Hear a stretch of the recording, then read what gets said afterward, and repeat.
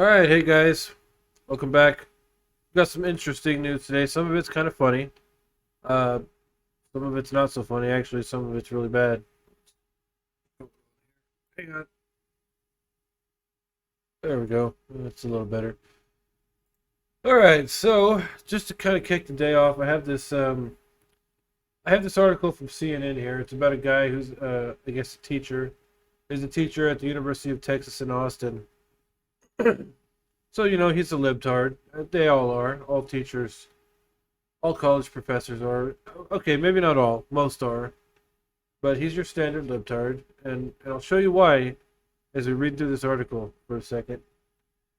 By the way, this is not necessarily a weekly update, but it is August 19th, 2021 today. Um, if you like my content, please subscribe, follow, share, do all the good stuff.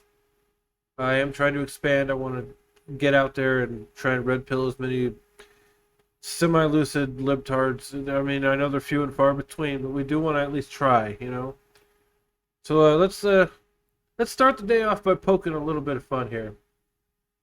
So this is Stephen Vladek. I actually saw this article pop up on my Google Newsfeed at work while I was on break scrolling through my Google Newsfeed. He says, I teach at the University of Texas where in-person classes start next Wednesday. Thanks to Abbott, the school is not allowed to require students to be vaccinated or to wear masks. Okay, not allowed to require. We're not even okay, but most importantly, not allowed to require students to be vaccinated or to wear masks. Okay, keep that in mind. We're not even allowed to ask our students if we're not even allowed to ask our students if they are vaccinated. Meanwhile, the 11 county area around and including the city of Austin had a grand total of 4 ICU beds left as of Thursday. All right. When I read that Abbott tested positive for COVID-19 on Tuesday, I didn't see it as karma, like so many others did. I felt no whatever, idiot, stupid big words. Was that Schadenfreude? I didn't even find it galling that Abbott, who is asymptomatic and fully vaccinated, would receive monoclonal antibody treatment. So hold on. We're not even allowed to ask our students if they are vaccinated. And the school is not allowed to require students to be vaccinated. Let's see. I didn't even find it galling that Abbott, who is asymptomatic and fully vaccinated, college professor, this guy teaches our college kids. And he likes to use big words so that he sounds nice and intelligent. He's better than us. He's better than you. He's better than me. Because he knows big words. But the irony in everything that he's said here is it's not lost on normal people with a little bit of common sense. Those of us who are not completely detached from reality. He's all upset because the school is not allowed to require students to be masked or vaccinated. But he just said right here, Abbott, who is vaccinated, has COVID. So I would ask you, Mr. Vladek, what exactly are you worried about here? I mean, if you can catch COVID if you're unvaccinated, and you can catch COVID if you are vaccinated. So what?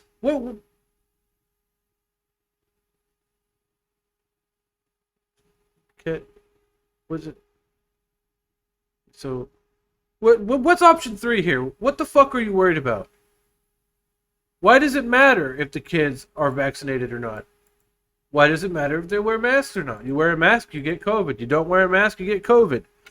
Get vaccinated, you get COVID. You don't get vaccinated, you still get COVID.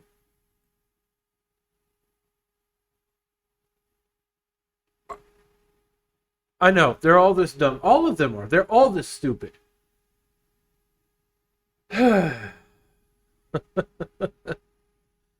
So, Mr. Stephen Vladek, University of Texas at Austin.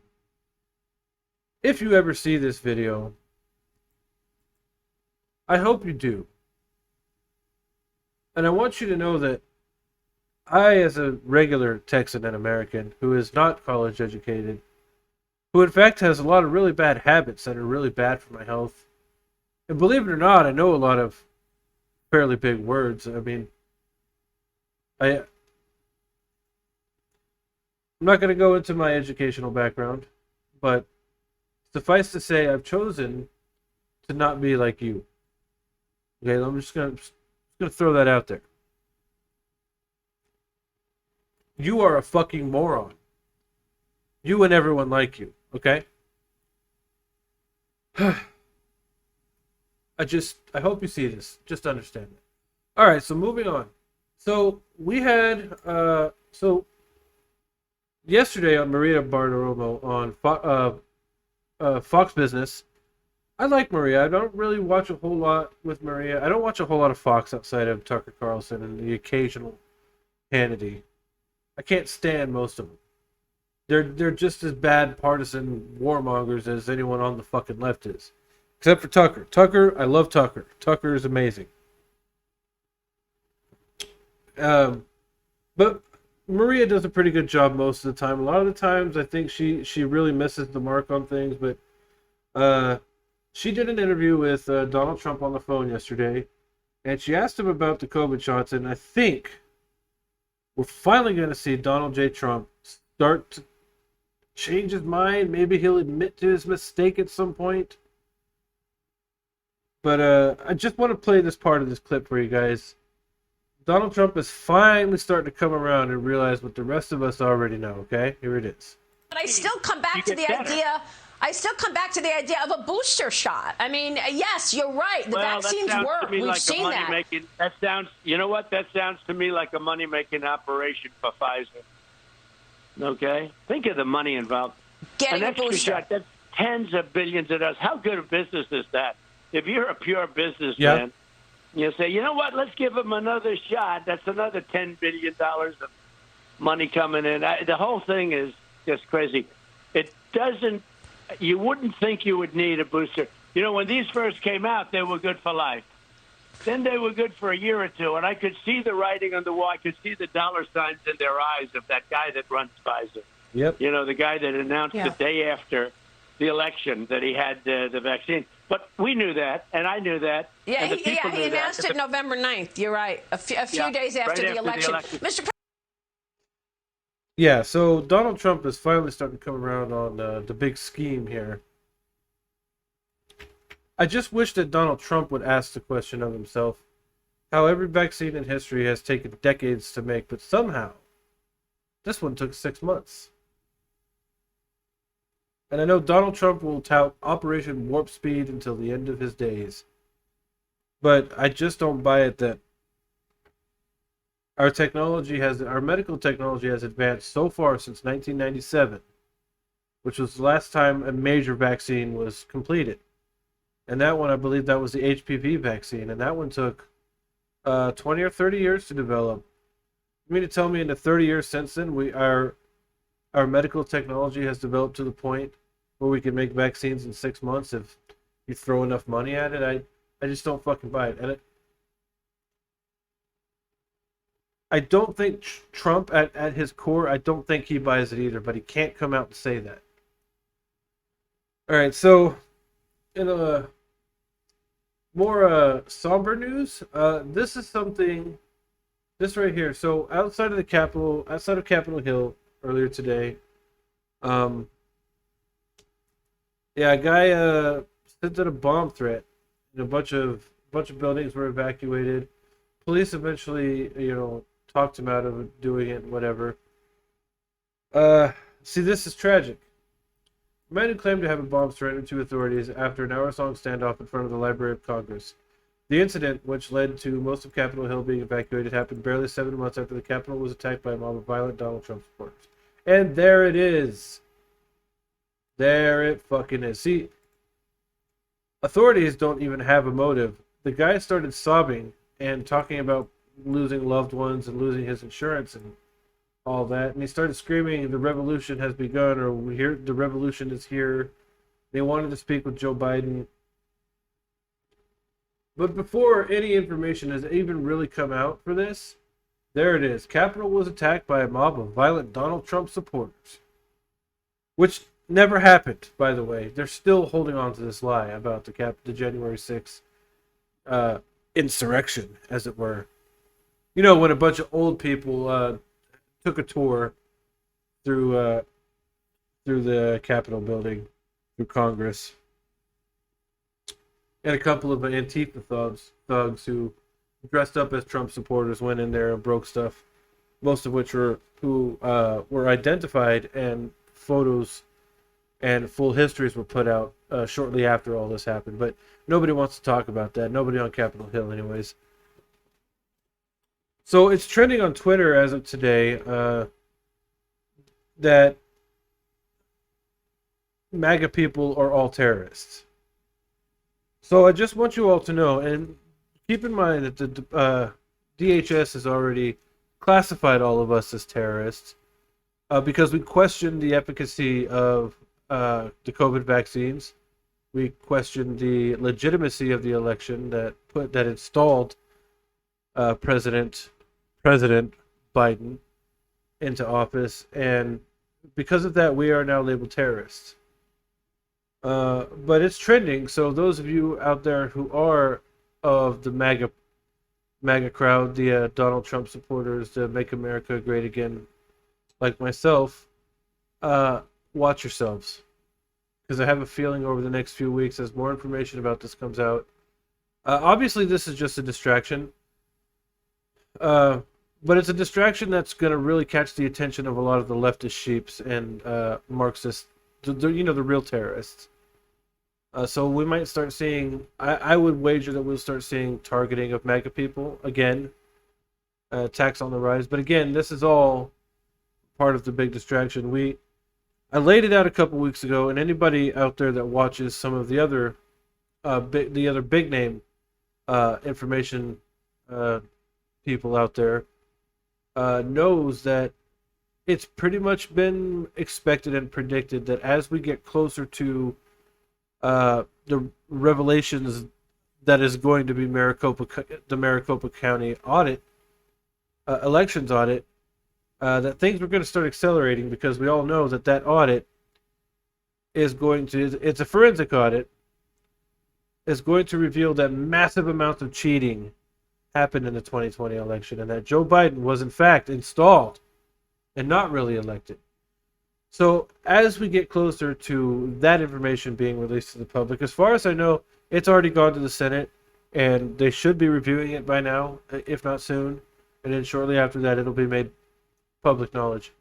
But as we get closer to that, we knew that false flag attacks were going to start happening in order to start spinning the narrative that all MAGA Trump people are terrorists, and that we need to be round up, and also to spin the narrative that anything that comes out from the right, from the conservative side of this country, is a lie based on false flag attacks to label us as liars and violent extremists.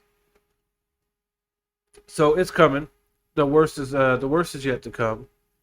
You know, Donald Trump always likes to say that the best is yet to come, and I do believe him when he says that, but I also believe that the worst is yet to come before it gets better.